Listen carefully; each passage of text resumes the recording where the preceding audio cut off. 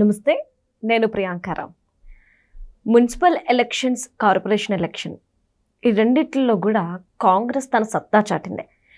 ముఖ్యంగా రేవంత్ మార్క్ కనిపించింది అని చెప్పేసి అందరూ అంటున్నారు. ఇప్పుడు రేవంత్ ఎలా గెలిచాడు అనేది ఒక పెద్ద క్వశ్చన్ మార్క్. అయితే కేసీఆర్ గారు, కేటీఆర్ గారు సర్వే చేస్తున్నారంట.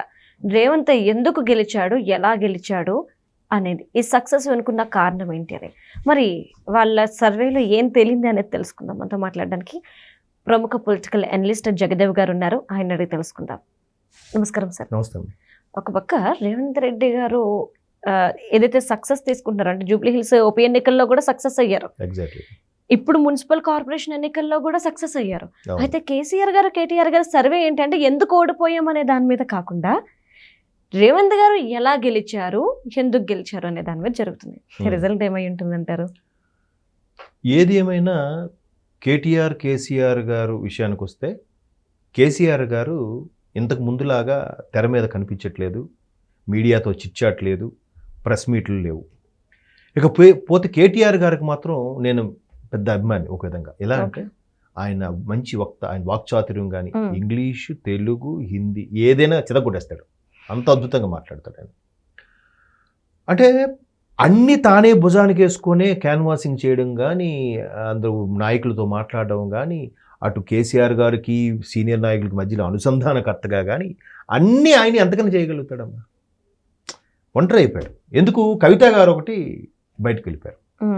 హరీష్ రావు గారు, కేటీఆర్ గారు తర్వాతే హరీష్ రావు గారు. ఇంకెవరున్నారు సీనియర్ నాయకులు? అందరూ కాంగ్రెస్కి జంపు, కొందరు ఒక ఇద్దరు ముగ్గురు బీజేపీకి జంపు. ఎట్లా మరి? ఇదిలా ఉంటే రేవంత్ రెడ్డి గారు ప్రతిదీ దూకుడే. ఆయన కొట్టాడు. ఆయన డిఫెన్స్, ఇటు బాల్ ఎలాగేస్తున్నాడో, 2 బాల్ డిఫెన్స్ ఆడుదాం, నెక్స్ట్ బాల్ 6 కొడదాం లేదు. వచ్చిన 2020 మ్యాచ్ ఆడుతున్నాడు ఆయన. వచ్చిన మొదటి బాల్ 6 కొడుతున్నాడు. ఎట్లా తిరిగాడు ఆయన కూడా ఎన్నికల క్యాన్వాసింగ్లో? భయంకరంగా అన్నీ తానే భుజాన్ని వేసుకుని తిరిగాడుగా. గవర్నమెంట్ నేను తీసుకొస్తానని చెప్పాడంట ఆయన శ్రేణులకి. గవర్నమెంట్ తీసుకొస్తాను, పలానా రోజు ప్రమాణ స్వీకారం చేయబోతున్నాను అని చెప్పి పాత మిత్రులు కూడా ముందే ఆహ్వానించి చెప్పి పెట్టాడంట. నేను పలానా రోజు 7వ తేదీన ఇప్పుడు ప్రమాణ స్వీకారం చేసినట్టున్నారు కదా, డిసెంబర్ 7, 23, 2023. అంటే అంత కాన్ఫిడెన్స్గా ఎలా చెప్పగలిగాడు ఆయన?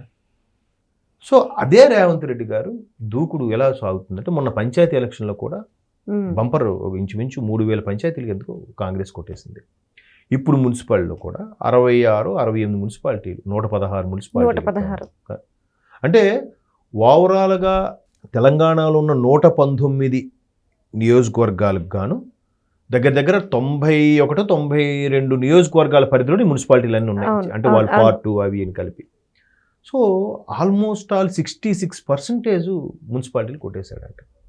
ఇప్పుడు కాంగ్రెస్ మీద వ్యతిరేకత ఉంటే, ఏదైతే హైడ్రా వల్ల వ్యతిరేకత వచ్చింది, లేదంటే మూసీ ప్రక్షాళన వల్ల వ్యతిరేకత వచ్చింది, లేదంటే ఏదైతే హైదరాబాద్ సెంట్రల్ యూనివర్సిటీ హెచ్యు దగ్గర భూములు, అటవీ భూములు తీసుకున్నారని ఒక వ్యతిరేకత వచ్చింది. ఇంత వ్యతిరేకత వస్తే తెలంగాణ ప్రజానీకం, తెలంగాణ సమాజం ఉద్యమ స్ఫూర్తి గల సమాజం. ఇప్పుడు కాదు, మొదటి నుంచి కూడా. ఎందుకంటే నవాబు వల్ల కానీ, లేదంటే అంతకుముందు బ్రిటిషర్స్ కాదు, ముఖ్యంగా నవాబు వల్ల, ఈ పెత్తందారుల వల్ల, భూస్వాముల వల్ల నలిగిపోయిన వాళ్ళ సమాజం ఏదైతే ఉందో, ఆ తిరుగుబాటుతనం పెరిగింది. ఆ అణచివేత నుంచి ఒక్కసారిగా బయటకు వచ్చింది. అందుకే వాళ్ళు తెలంగాణ ఉద్యమం కూడా సకల జనుల సమ్మె అంత తీవ్ర స్థాయిలో చేయగలిగారు కదా. అంటే ఈ జనరేషన్లో కూడా నేను చెప్పేది. అలాంటి తెలంగాణ ఉద్యమం వాళ్ళకి నచ్చలేదంటే సింపుల్గా ఓటుతో ఓడించేస్తారు. అంత గొప్ప ప్రజాస్వామ్యం తెలంగాణలో. ఎందుకంటే బీఆర్ఎస్ మంచి స్వింగ్లో ఉన్నప్పుడు కూడా దుబ్బాక కానీ, అటు అదే రఘునందన్ గారు గెలుచుకుంది కానీ, ఈటెల రాజేందర్ గారు గెలుచుకుంది కానీ, ఎన్ని ప్లాన్స్ చేశారో అప్పట్లో. పెద్ద న్యూస్ వచ్చిందిగా. కేసీఆర్ గారు అండ్ టీం ఎన్నో కోట్లు ఖర్చు పెట్టింది గెలవడానికి, కానీ ఓడిపోయారు. అంటే తెలంగాణ సమాజం ఎలా ఉంటుందంటే, వాడు మనకి సరిగ్గా చెయ్యట్లేదు అనుకుంటే ఖచ్చితంగా అక్కడ సెంట్రల్లో గవర్నమెంట్ ఉన్నా ఇక్కడ ఓడించేస్తారు. సో అట్లాంటిది ఏదో బొటాబొటీ మార్కులతో పాస్ అయ్యారు. 61 సిపిఎం వాళ్ళతో కలిపి ఒక 64 సీట్లు వచ్చాయి. 119 కాదు 64 వచ్చాయి కాదు. గవర్నమెంట్ కూలిపోతుంది. ఇటీవల ఒక 4 అటు వెళ్తే చాలు, రేవంత్ రెడ్డి ప్రభుత్వమే ఉండదు అని ఇన్ని విమర్శలు చేసిన వాళ్ళు 64తో పాటు మరో 10 మంది బీఆర్ఎస్ నాయకులు అందులోకి వెళ్ళిపోయారు. ఈ రోజుకి కూడా దానం నాగేంద్ర లాంటి ప్రముఖులు. వాళ్ళు ఇప్పటికీ కేసు తేలలేదు, ఇప్పటికీ ఏమవ్వలేదు. కాంగ్రెస్ ఇంకా పటిష్టమైపోతుంది. కేశవరావు గారు లాంటి వాళ్ళు, కడియం శ్రీహరి లాంటి వాళ్ళు కూడా కాంగ్రెస్లోకి వెళ్ళిపోయారు. అవును సార్. ఆ క్రెడిట్ ఎవరిదంటారు? కాంగ్రెస్ దంటారా, రేవంత్ రెడ్డి గారిది అంటారా? అరే ఏం చేస్తుంది, ఏం ఈ మసిపూసి మారేడుగా చేస్తున్నాడా, లేదంటే దాన్ని ఏమంటారు వశీకరణ విద్య అని తెలుసా వీడికి అనే కోణంలో వీళ్ళు ఆలోచిస్తున్నారు. ఏం జరుగుతుంది, ఏం జరుగుతుందని. ఏం చేస్తున్నాడు. మరోవైపు కొన్ని విమర్శలు బీఆర్ఎస్కి బాగా ఇబ్బంది పెట్టాయి. ఎలాంటి విమర్శలు? తెలంగాణ విడిపోయిన తర్వాత కూడా ఆంధ్ర ప్రజలు తెలంగాణలో కాశ్మీర్ నుంచి కన్యాకుమారికి ఎవడైనా బతకొచ్చు కదమ్మా, బతకచ్చు సార్. వీళ్ళు ఏమన్నారు, మేము తెలంగాణ వస్తే ఆంధ్రాలను వెళ్ళగొడతామని స్టేట్మెంట్ ఇచ్చారు అప్పట్లో.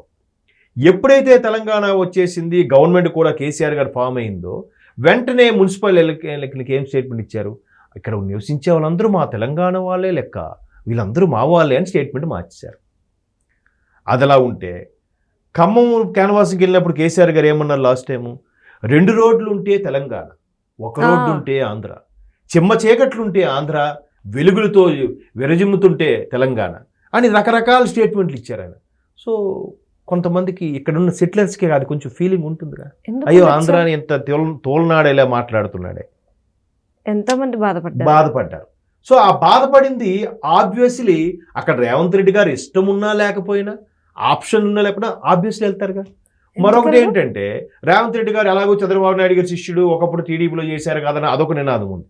మేబీ దానివల్ల ఏమో కొంతమంది ఫేవర్ అయ్యారు, నచ్చారు, కాంగ్రెస్ని గెలిపించారు. అంటే ఎప్పుడు ఏపీ వాళ్ళని బూచీగా చూపించి మనం గెలవాలి అనుకుంటూ తిట్ల పురాణం ఎత్తిన ప్రతిసారి ఓడిపోతున్నారు అన్న విషయం వల్ల ఎందుకు గమనించుకోలేకపోతున్నారు? ఇంకోటి ఏంటంటే వైసీపీకి బాగా సపోర్ట్ చేశారేమో అనిపిస్తుంది బీఆర్ఎస్ వాళ్ళు. 23 ఎలక్షన్లో నాగార్జున సాగర్కి అటువైపు తెలంగాణ పోలీసులు, ఇటువైపు ఆంధ్ర పోలీసులు కూడా ఏదో హడావిడి, అంటే డైవర్షన్ పాలిటిక్స్ అన్నమాట.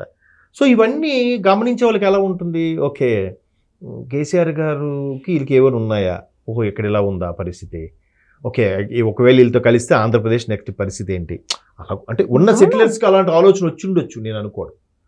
సో అందువల్ల రేవంత్ రెడ్డి గారు స్ట్రాంగ్ అయిపోతున్నారు. మరోవైపు చంద్రబాబు నాయుడు గారిని ఏదో విమర్శించిన కేటీఆర్ గారు, నేను అన్న ఉద్దేశం అది కాదంటూ ఎలక్షన్స్ ముందు అన్ని ఛానల్కి పిలిచి మరి ఇంటర్వ్యూ ఇచ్చారు, మీకు గుర్తుందో లేదు? అవును సార్, ఇది జూబ్లీ హిల్స్ ఉప ఎన్నికలకి ముందు కాదు, మెయిన్ ఎలక్షన్స్ ముందు కూడా ఇచ్చారు. సో ఇట్లాంటివన్నీ అవడం వల్ల వీళ్ళు మెట్టు దిగుతున్నారు, కాంగ్రెస్ ఒక్కొక్క మెట్టు ఎక్కుతుంది. తప్పు తెలుసుకునేపాటికి జరగాల్సిన జరిగిపోతుంది. ఇక్కడ ఇంకోటి మొదటే చెప్పాను, కేటీఆర్ గారు 1 man army అయిపోయారు.